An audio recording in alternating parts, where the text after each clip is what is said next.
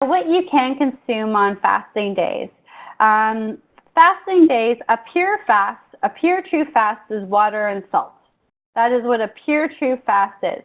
If you're somebody who's fasting for neurological conditions or cancer or prevention of neurological illnesses like Parkinson's or cancer or different cancers, you would want to be trying to work towards a water and salt fast only. If you're fasting to lose weight, if you're fasting to treat your diabetes, water, tea and coffee, and soup broth will all get you there. Water, tea, and coffee, and soup broth will all get you there.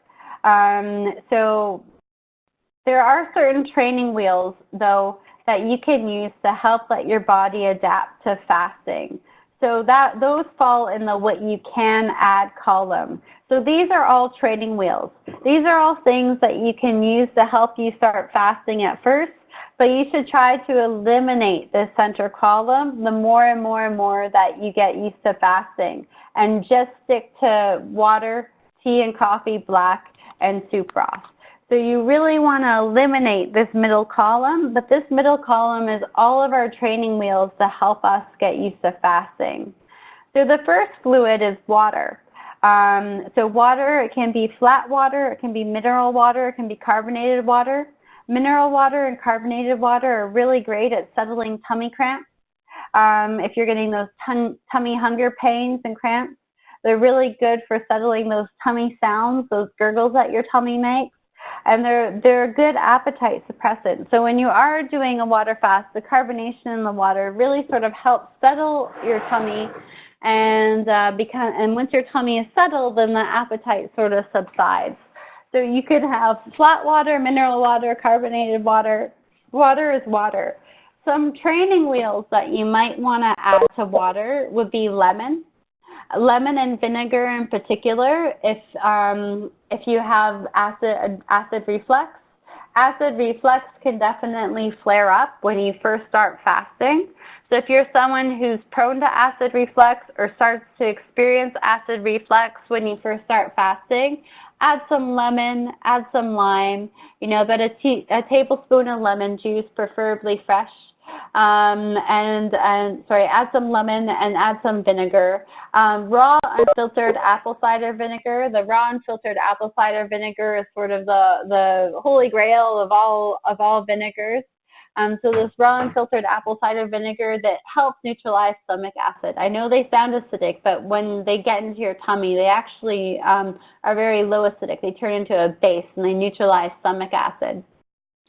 So training wheels that you can do to help correct gastric reflux are lemon and vinegar.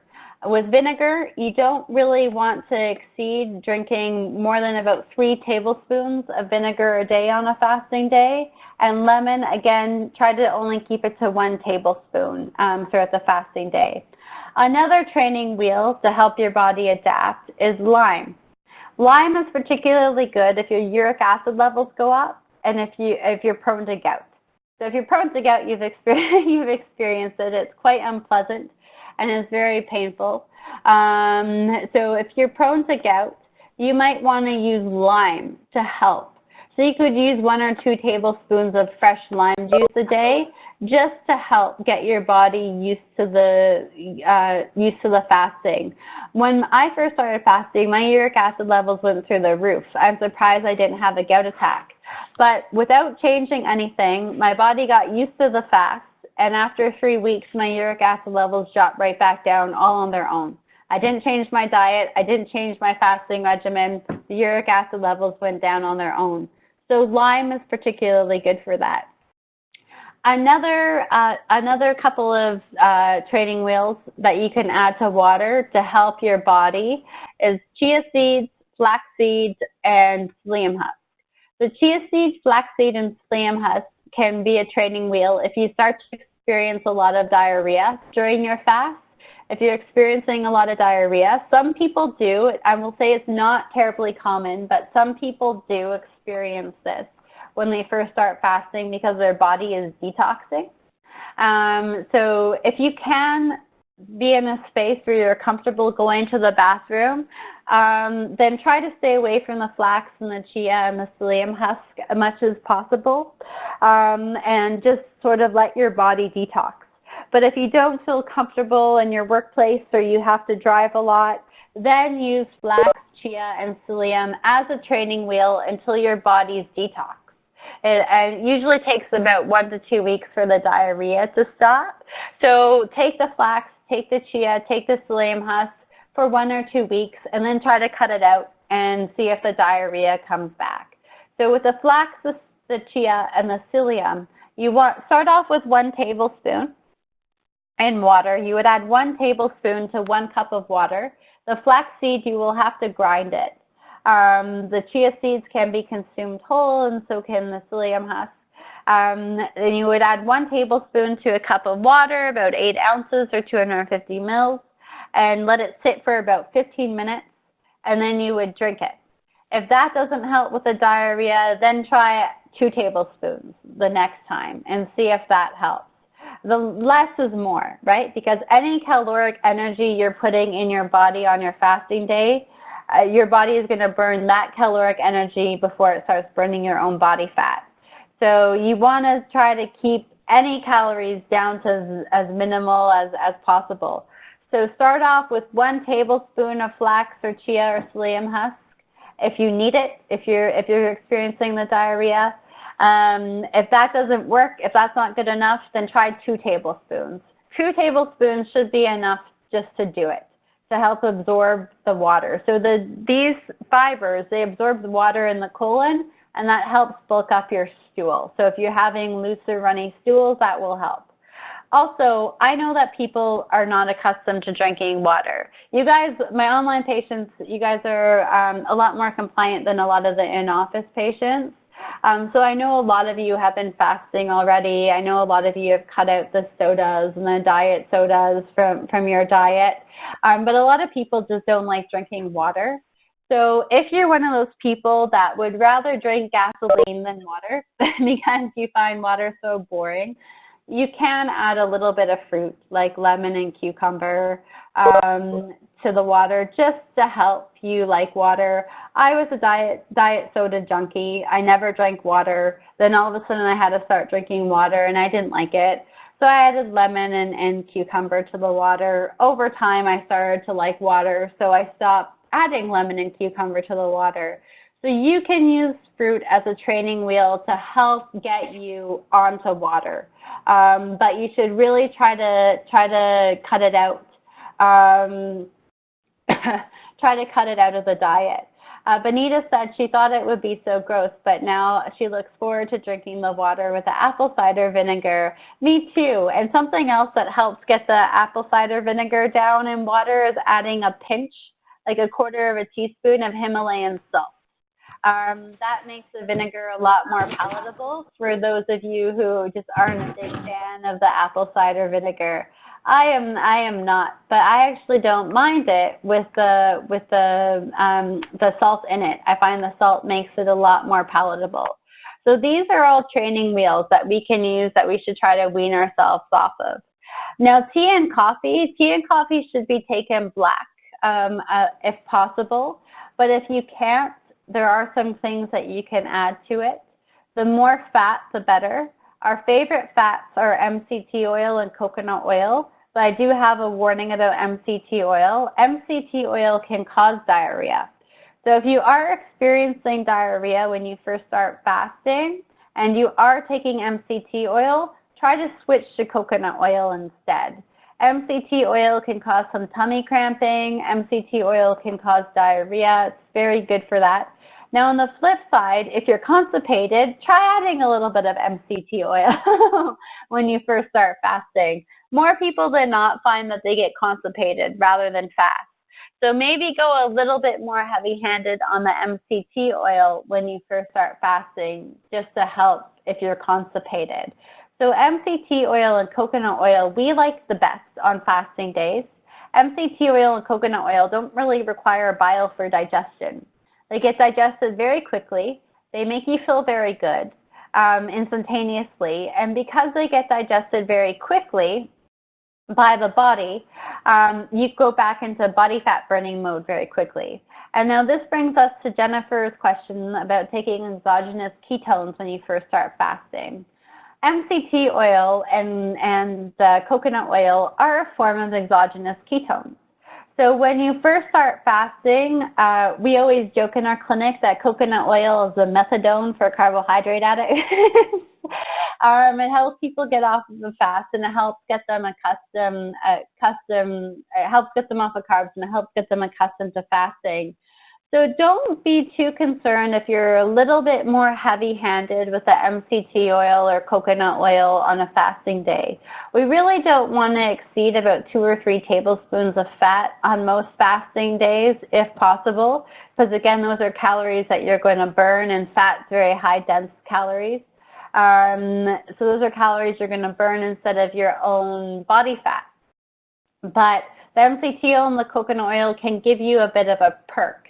Now, for people who are attempting to do 7-day fast, we usually recommend that on the 2nd and 3rd day of that fast, that they do take a few tablespoons of MCT oil or coconut oil to help get them over that hump until they're generating their own ketone energy from their own body fat. So we do recommend, at the first few days of the fast don't necessarily need to be so pure water and salts and black tea and coffee. Taking a few tablespoons of the fats on those days can help build up those ketones so you transition into fasting much more smoothly. I know there are exogenous ketone supplements out there on the market, but they tend to have some other things in them, sweeteners, like stevia, which is very insulinogenic still. We know it causes the body to produce a lot of insulin, which spikes your hunger cravings. So we really prefer you stick to as natural as possible to help get you over that 2 to 3 day hump in the fast, or help your body adjust to the fasting. So the MCT oil and the coconut oil are our favorite sources. Butter or ghee are also very good. Heavy cream, like the 35% fat cream is awesome, or 18% fat cream is very good. We try to stay away from milk. I know it's not always possible when you're out and about and stopping off at random coffee shops. They might not always have cream, or when you're at restaurants, they might not always have cream. So at least try to go for the fattier milks if need be. People ask about almond milk. That's okay as long as it's unsweetened. People ask about coconut milk. Again, that's okay if it's unsweetened. Goat milk, water buffalo milk, again, all okay if it's unsweetened. But keep in mind, the more fat you're adding to your tea and coffee on your fasting days, the less body fat you're going to burn. So we really encourage patients to stay under 3 tablespoons a day. But again, if you are doing your first prolonged period of fasting, taking about 3 tablespoons of the fat a day is recommended for the first couple of days of the fast.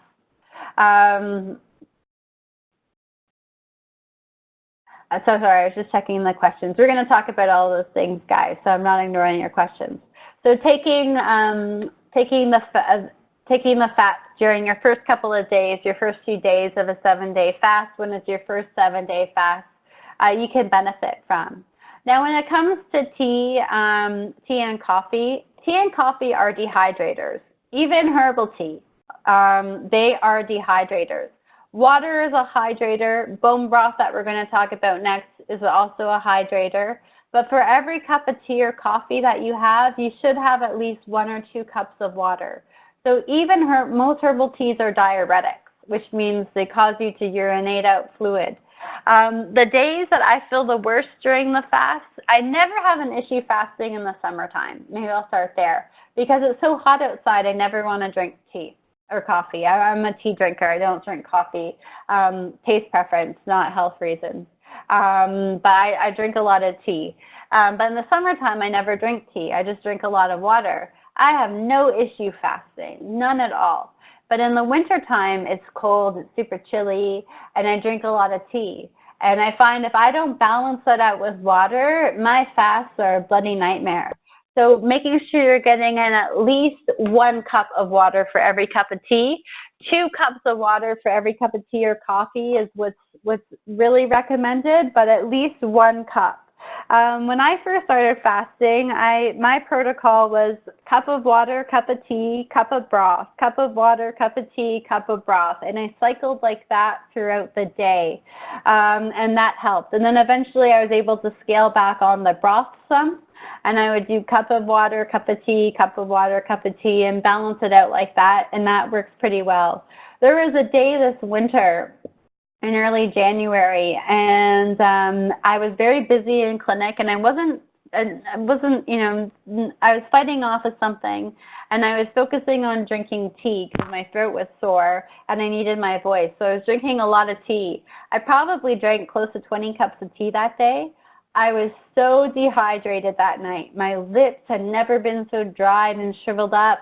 My skin was all dry. I'd never been dried out like that, and I couldn't figure it out. And I said to my husband, I said, oh, my voice was going all day. All I did was drink tea, warm tea. I had no water today, and I was dehydrated. So for the next day, I just drank water all day long. My dry skin went away. My chapped lips went away.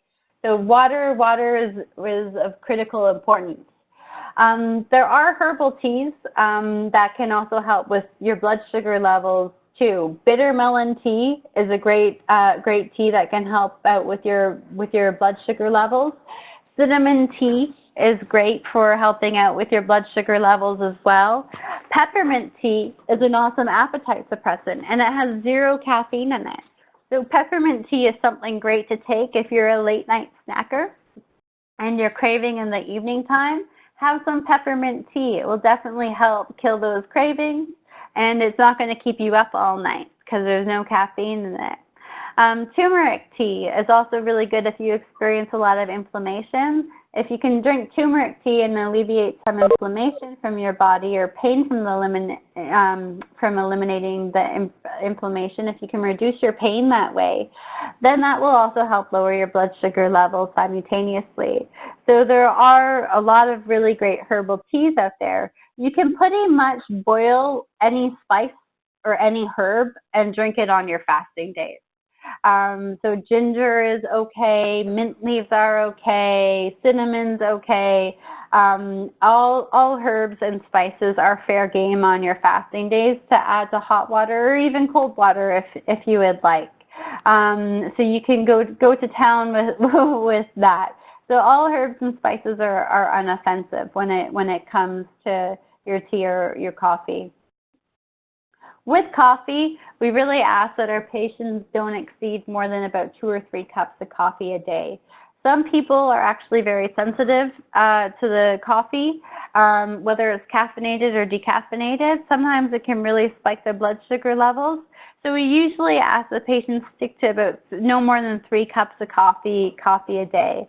Dr. Fung's a coffee drinker. He'd never ask anybody to go a whole day without coffee if they didn't absolutely need to. So we don't want you to have to cut it out altogether. If you're just aiming, to reverse the diabetes and just lose weight and metabolic syndrome. Coffee and tea would definitely have to be removed if you're searching to prevent cancers and neurological conditions or treat cancers and neurological conditions. Now on to we have one more topic first, unsweetened iced tea or coffee. So now that summertime is rolling around, or if you're so fortunate enough to live in a summertime all the time climate, if you're closer to the equator here, unsweetened iced tea and coffee are permitted. All of the same rules apply. Now, homemade bone broth. Homemade bone broth is like the Gatorade for fasters. It is the total Gatorade for fasters. It's going to supply you with all the minerals, all the electrolytes, everything you need to stay pumped up while fasting.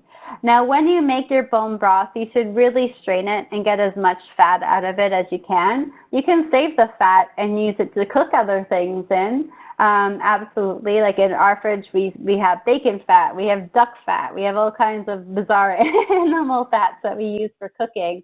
So you should try to strain it out as much as possible. My husband and I, we actually strain it with cheesecloth after we make it. But I'll tell you quickly how I make my bone broth, and then you can, and we can talk about it after. So if you have any questions about making bone broth, please reserve them till the Q&A at the end of the session. So you can use the bones, chicken bones, turkey bones, pork, beef bones, goat bones, duck bones, fish bones. People love oxtail broth here in Toronto amongst my inpatient population. They really love oxtail broth. So what I do is I take my bones and I roast them in the oven. It helps bring out the flavor a little bit. So I roast them around 300, 350 for about half an hour. And then I let my bones soak in a slow cooker. I do use a slow cooker because it is safer, and the bone broth cooks for a long period of time. So I let them soak in a slow cooker. Mine's 6 quarts. So I fill the pot up pretty much halfway with bones. And then I top it up. I fill the rest of it up with cold water, and then I add in half a cup of raw unfiltered apple cider vinegar to it. So I'm going to send this recipe to all of you. It's also up on our website as well, and it's in the Complete Guide to Fasting book. So I let it sit with the raw unfiltered apple cider vinegar for another half an hour. In my broth, I will use some carrots. I use celery, green onion. I use a little bit of regular onion too, but not too much. Green onion has got a lot less sugar in it than regular onion. I use salt and pepper, Himalayan salt, whole peppercorns, and bay leaves. And I like making a really nice bland broth. The reason why I make such a bland broth is because that way when I reheat it, I can season it however the heck I want. This morning I was craving something spicy, so I put a little bit of hot sauce and chili flakes in my broth. A few days ago, I was craving more like pasta. I'm Italian again, so I was craving more pasta. So I put like basil and oregano and garlic in my broth. So I make a really bland broth, and I dress it up differently every time. So that way I never get sick of it. Each time it's different. Some days I'm feeling like something more fresh. So I'll put in a little bit of parsley in the broth. So you can add any herb or spice to the broth that you would like to change up its flavor. Someday I'm craving for a more rich spice, so I'll put some turmeric in the broth. So I make a really bland base broth so I can dress it up differently each time. And that I have found is just really helped me and prevented me from being bored with broth. I find most patients do better with turkey and poultry broth, turkey and chicken broth than they do with beef or pork broth or goat broth or oxtail. Those broths tend to be a lot more greasy. Even when you strain them, they still tend to be a lot more greasy. The chicken and turkey broths tend to be a lot less greasy, and they're also the most bland too.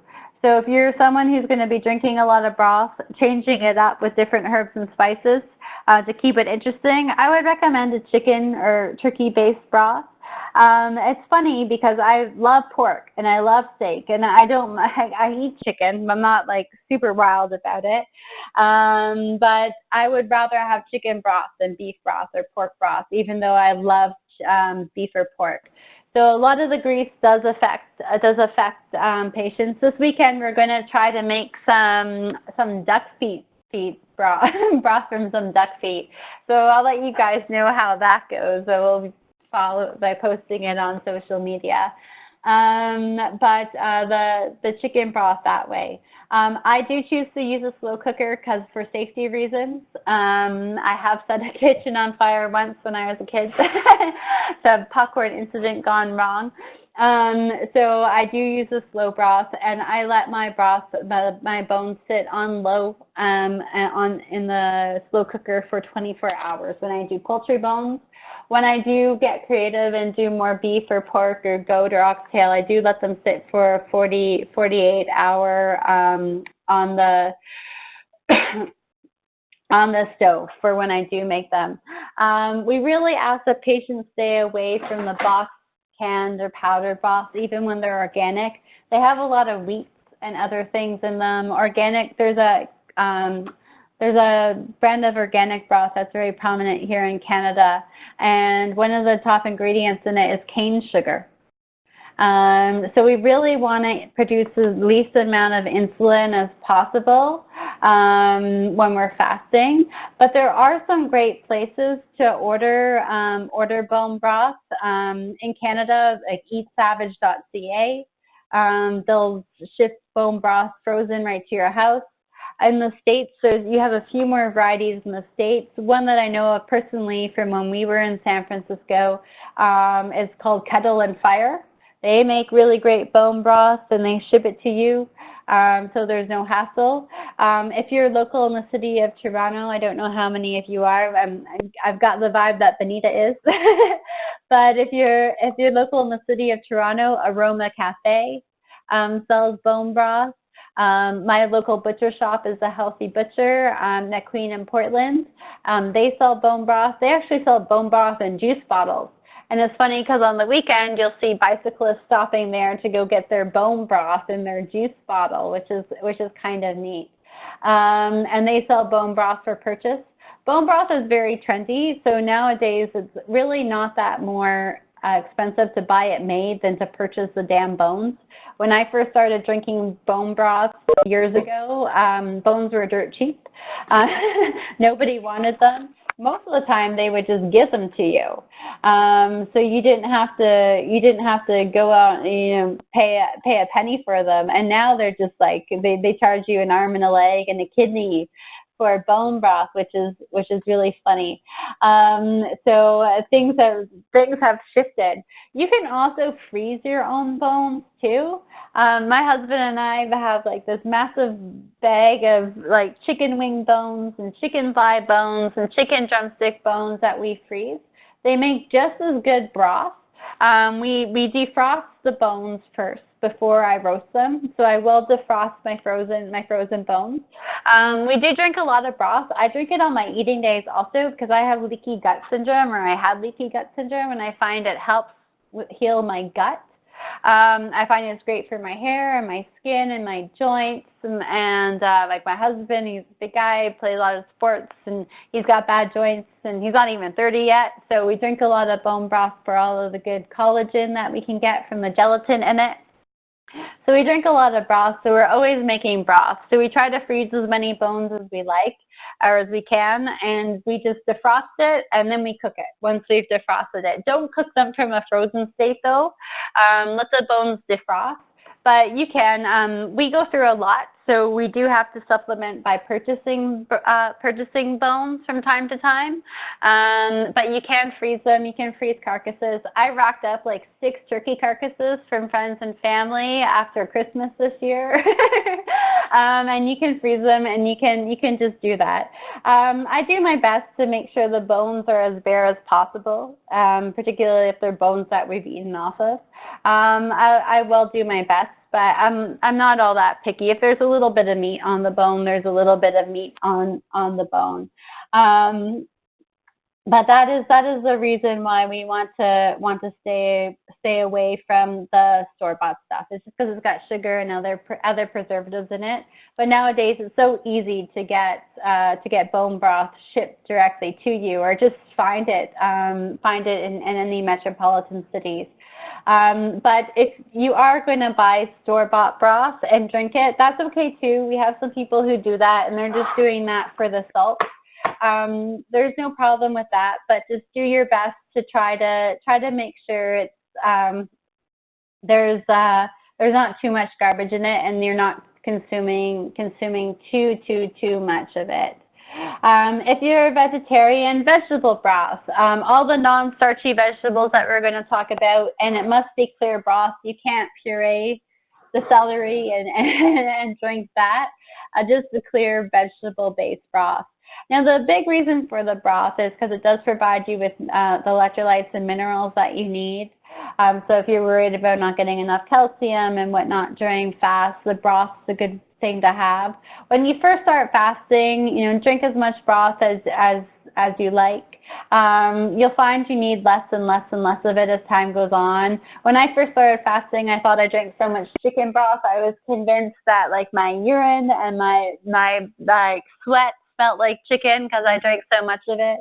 And now I don't take it at all on fasting days. I pretty much take it on eating days. I'll only take it on a fasting day if I'm feeling a little bit woozy. But once my body adapted to fasting, I didn't need it anymore. So this brings us to, I believe, Michael's question about salt intake. Salt is what's really critical here. And we usually recommend the transportation vehicle to get that salt in the body as a broth, because it's a lot less weird to tell patients to drink broth than it is to drink water with salt in them in it. But salt is really critical. Important salts, good salts, are Himalayan salts and Celtic salts. They're great salts. They're rich in all kinds of minerals, and they have a whole bunch of trace minerals in them too. So you're getting a good variety of minerals there. And also, if you're getting adequate sodium in your diet, your body should retain adequate potassium, so you don't have to worry about potassium supplementation.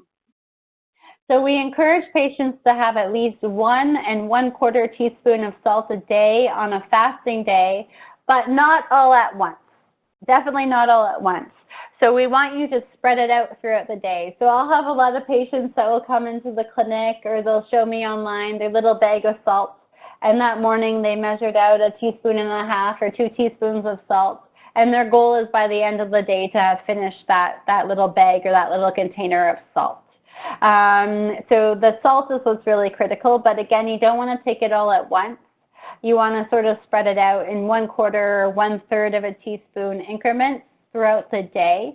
You can exceed 1 1/4 teaspoons of salt if need be. I usually always have around 2 teaspoons with me at all times. I got bags of salt everywhere. And if I end up consuming the whole thing, that's okay. It just needs to make sure I'm getting in proper electrolytes during the fast. I have one patient, he's 6'4", he's close to 350 pounds. He takes about 3 teaspoons of salt when he's doing a longer fast. So at least 1 1/4 teaspoon of salt a day, and then increase it by 1/4 of a teaspoon each subsequent time until you feel better. So if I have my 1 1/4 teaspoon of salt by 4 o'clock in the afternoon and I'm still not feeling better, I'll take another 1/4 teaspoon of salt. I'll wait 45 minutes to an hour. If I don't feel better after an hour, I'll take another 1/4 teaspoon of salt. And that's how I up my salt throughout the day.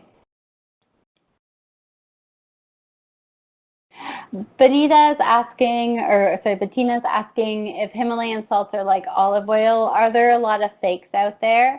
That's a good question, and we've talked a lot about this lately, but they haven't done a whole lot of third-party testing on these random Himalayan salts out there. I myself, I will be honest, I buy real salt. And because I know that that's been third-party tested to death, so I buy real salt. So that's what I use. That's what I have. I have the full granules in my grinder. I have it finely ground, and I have the real salt, sea salt, as well. So I do buy real salt because there's just not a whole lot of research out there. Saying, if there's a lot of fake salt out there, like there are fake olive oils.